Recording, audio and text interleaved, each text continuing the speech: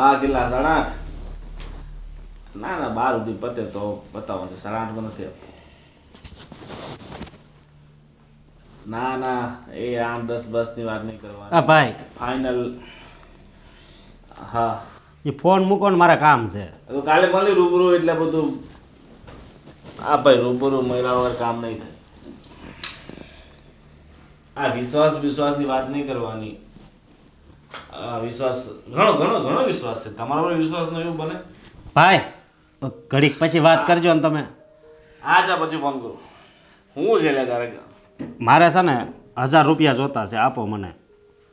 બેટા હવે છે ને તારા લગ્ન થઈ ગયા છે, થોડીક જવાબદારી નિભાવ અને ક્યાંક ધંધામાં ધ્યાન આપ. પણ અત્યાર સુધી જો તારો ખર્ચો અમે પૂરા પાડતા હતા ને, કારણ કે તું નાનો ભાઈ છે અમારો, અમારી જવાબદારી છે. હા. પણ હવે તે લગ્ન કરી લીધા, લો તારે માથે જવાબદારી આવી ગઈ ને. તું પોતાની જવાબદારી પૂરી કર. પણ હું મારી પોતાની જવાબદારી પૂરી કરે. આ તમે જે સંભાળો છો ને એ તમે હમણાં સંભાળો, કાંઈ ઘટે તો મને કહેજો તમે. પણ અત્યારે છે ને મને મારી રીતના જીવન જીવવા દો. ભાઈ તારી રીતના જીવન જીવવા દો એટલે જિંદગી બતાવી રીતે જીવવું હોય તો પછી આ લગ્ન શા માટે કરીએ? તે બની જવું જોઈએ ને. શું બનવું એ તારે તને કહેવાની જરૂર નથી. પણ ભાઈને યારે ધંધામાં ધ્યાન દે ને. બે ભાઈ થઈને મહેનત કરો તો ધંધો આપણો કેટલો હાલે. એને ક્યાં ધંધાની પડી છે? એને તો બસ હરવું ફરવું, દોસ્તારો સાથે મોજ કરવી. આજે તો હું? અમદાવાદ, બીજા દિવસે રાજકોટ, બીજા દિવસે અમરેલી. હવે તો લગ્ન કર્યા, હવે બેસ થઈ ઠાક. પછી ભાઈ કેટલાક પૈસા દે, જય હોય તે ભાઈ પૈસા દે કરે.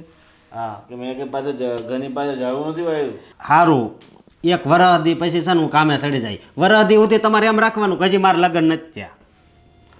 એમ કે તમે માની શકીએ? લગ્ન કરી લીધા, તારી વહુ ઘરે આવી ગઈ. કાલ સવારે છોકરા થાય તો બધાની જવાબદારી કોણ નિભાવશે? હા અશોકભાઈ, એવું માનવું હોય ને કે 1 વર્ષ સુધી મારા લગ્ન નથી થયા તો તમારી ઘરવાળીને 1 વર્ષ એના બાપની ઘરે મૂકી આવો ને. એટલે અમને એમ જ થાય કે તમારા લગ્ન જ નથી થયા. વાત કરો છો. હા તો એક કામ કરશે, ગાડીમાં મેં ડીઝલ પુરાઈ જ નાખ્યું છે, મૂકી જા. આજે જ લાવ્યો છે ને હજી પાછું તેડીને, તો પાછો મૂકી જા. હા હું મૂકી આવે, પણ મને છે ને પૈસા આપજો. શું હા હું મૂકી આવીશ? મમ્મી તમે છે ને અશોકભાઈને કંઈક બુદ્ધિ આપો ને. આ ઉંમરે બુદ્ધિ જેવો છાંટો છે કે નહીં તમારામાં? પાછો મૂકી આવીશ એટલે 5 માણસમાં અમારું નાક કપાવવાનું છે તમારે? માથે જવાબદારી લેવાની જગ્યાએ મૂકી આવે બસ.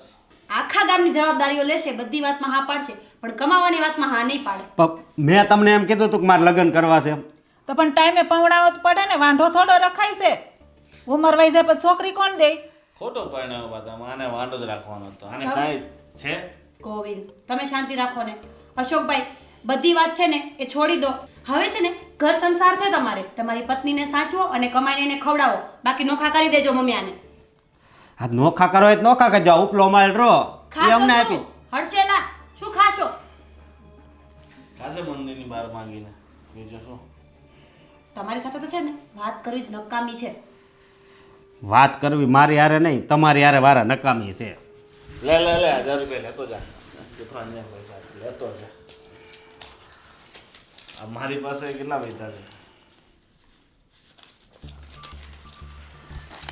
એ પણ આપી જ દો ને. શું કામ રાખ્યા છે?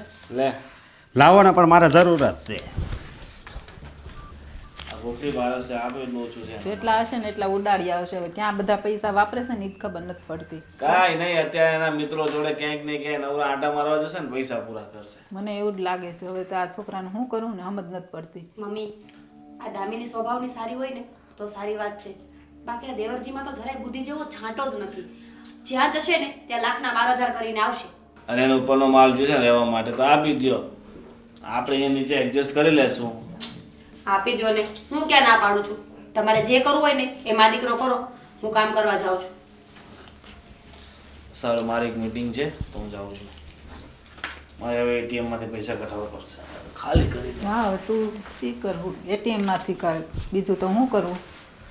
છોકરાના લગ્ન તો કરાવ્યા, પણ હવે એને ક્યારે બુદ્ધિ આવશે કે આપણા લગ્ન થઈ ગયા છે, કાલ હવે છોકરા થાય તો આપણે હવે કમાવામાં ધ્યાન આપવું પડશે. કેટલીક બળતરા કરવી. મોટો બિચારો હારો છે તે અત્યારે બધાય ખર્ચા કરે છે.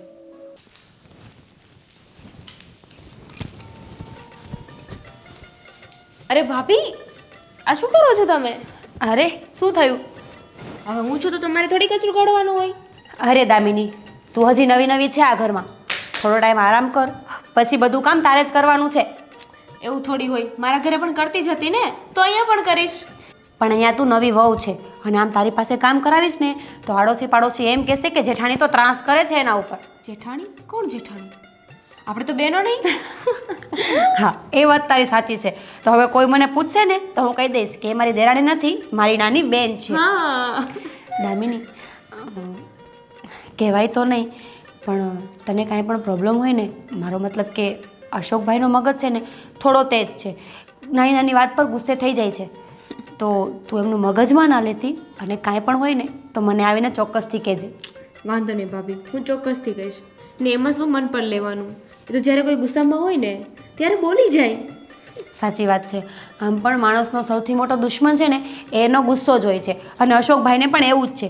જ્યારે ગુસ્સામાં આવે ને ત્યારે કંઈ પણ બોલે, વિચાર્યા વગરના કેવા કેવા શબ્દો બોલે અને જેવું કે એમને રિયલાઇઝ થાય ને કે એમની ભૂલ થઈ ગઈ છે તો સીધા નાના બાળકની જેમ માફી માંગવા માંડે છે. તમારી સાથે આવું થયું લાગે છે. હા, મારી સાથે તો અઠવાડિયે 15 દિવસે એકવાર ચાલુ જ હોય. મમ્મી ક્યાં છે? દામિની, તું એક કામ કર, મમ્મી હોલમાં એકલા બેઠા છે ને તો સરસ મજાની ચા બનાવ અને મમ્મી પાસે બેસ, ત્યાં હું આટલો કચરો વાળીને આવી જાઉં. હું કચરો કાઢી નાખું છું, ચા બનાવીને પછી મમ્મી પાસે બેસીશ અને તમે પણ બેસો જાઓ, હું આવું છું. આ છોકરી છે ને મને કંઈ કામ નથી કરવા દેતી. આમ ન બેસાડી રાખીશ ને તો એક તો હું જાડી પણ થઈ જઈશ અને આળસુ પણ થઈ જઈશ. સારું ને, મને તો ગમશે તમે જાડા થશો તો, પછી હું સારી દેખાઈશ ને. હા, એ વાત તો છે. સારું, તું કચરો વાળી નાખ, હું ચા મૂકી દઉં છું. ઠીક છે?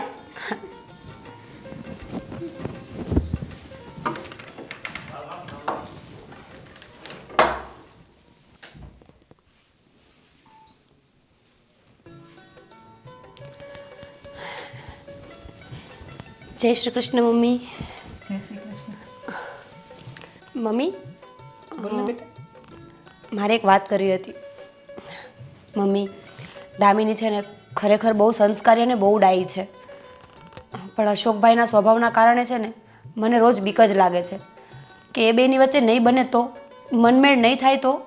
મને એ વાતનું ટેન્શન છે કે એ બંનેને મનમેળ નહીં થાય ને આપણા ઘર ઉપર કેવો દાગ લાગે આમ તેમ થાય તો. હું ને ગોવિંદ એ જઈને સમજાવતા હતા કે હવે તારા લગ્ન થઈ ગયા છે, થોડુંક ધંધામાં ધ્યાન આપ અને આ તારું મગજ છે ને એ થોડોક ઠંડો રાખ, શાંત. એ તો કોઈની વાત સમજવા તૈયાર જ નથી થતા મમ્મી. બસ એમને તો એમ જ છે કે પૈસા ઉડાડવાના, દોસ્તારું ભેગું રખડવાનું, એ જ એમની જિંદગી થઈ ગઈ છે હવે. પણ દામિનીનું શું? હજી એ છોકરી નાની છે, નવા નવા લગ્ન થયા છે, તો પણ અશોકભાઈ એની પાસે બેસતા નથી કે એને ટાઈમ પણ નથી આપતા. એ હવે હું તો એક માં થઈને એને શું કહું, હવે તમારે લોકોને એને સમજાવવું પડે તો એ સમજે તો થાય.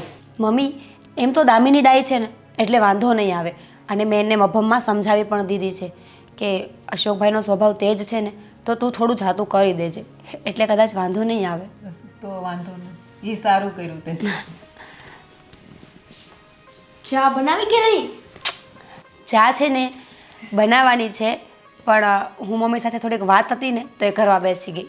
વાંધો નહીં, તો હું ચા બનાવી નાખું. ના ના, હવે મારે ચા નથી પીવી, ચાલશે. મમ્મી, થોડી વાર રહીને બનાવી દઈશું. હા. કામ થઈ ગયું બહાર? હા. દામિની, મેં તને જે બહાર વાત કરી હતી ને, મમ્મીને પણ હું એ જ વાત કરતી હતી કે અશોકભાઈ ન સમજે ને તો ક્યારેક તું સમજણથી કામ લેજે. વાંધો નહીં ભાભી, મેં તમને કહ્યું ને, તમે ચિંતા ના કરો, હું જોઈ લઈશ. બસ તો વાંધો નહીં, તું સમજે છે ને એટલે અમારે જરાય ટેન્શન નથી. નકર મને એ જ ટેન્શન હતું કે હવે આવનારી છોકરી કેવી મળે કેવી નહીં. એક તો અશોકનો સ્વભાવ એટલો સ્ટ્રોંગ છે એટલે અમને એ જ વાતની ટેન્શન હતું. દામિની, અશોકભાઈ તને કાંઈ કહેતા નથી ને?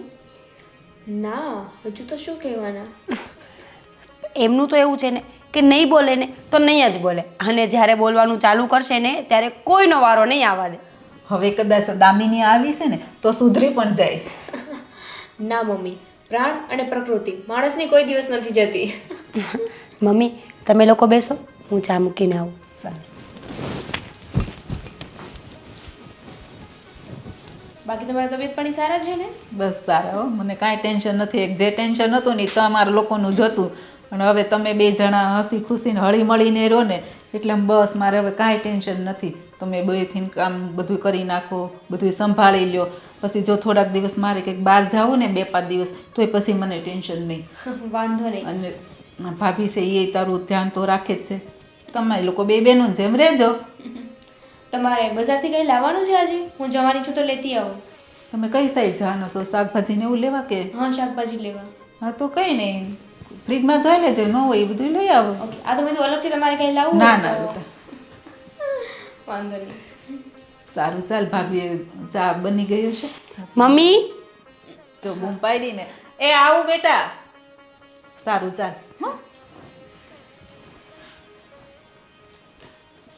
આ લોકો વારંવાર અશોક વિશે આવું કેમ બોલે છે? ગુસ્સો કરે છે, ગમે તેમ જવાબ આપે છે. મારી સાથે તો ક્યારે આવી રીતે વાત નથી કરી. ખબર નહીં.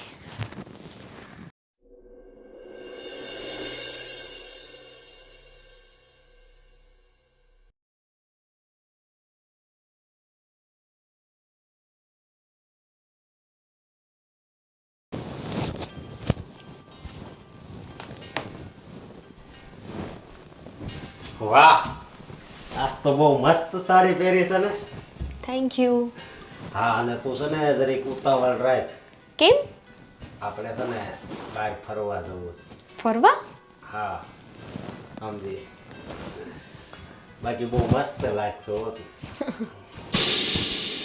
દામિની, હા. 1 મિનિટ.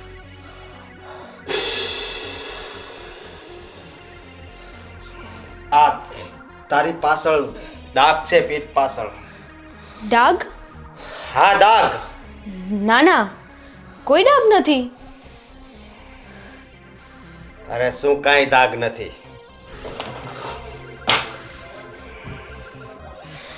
ફર.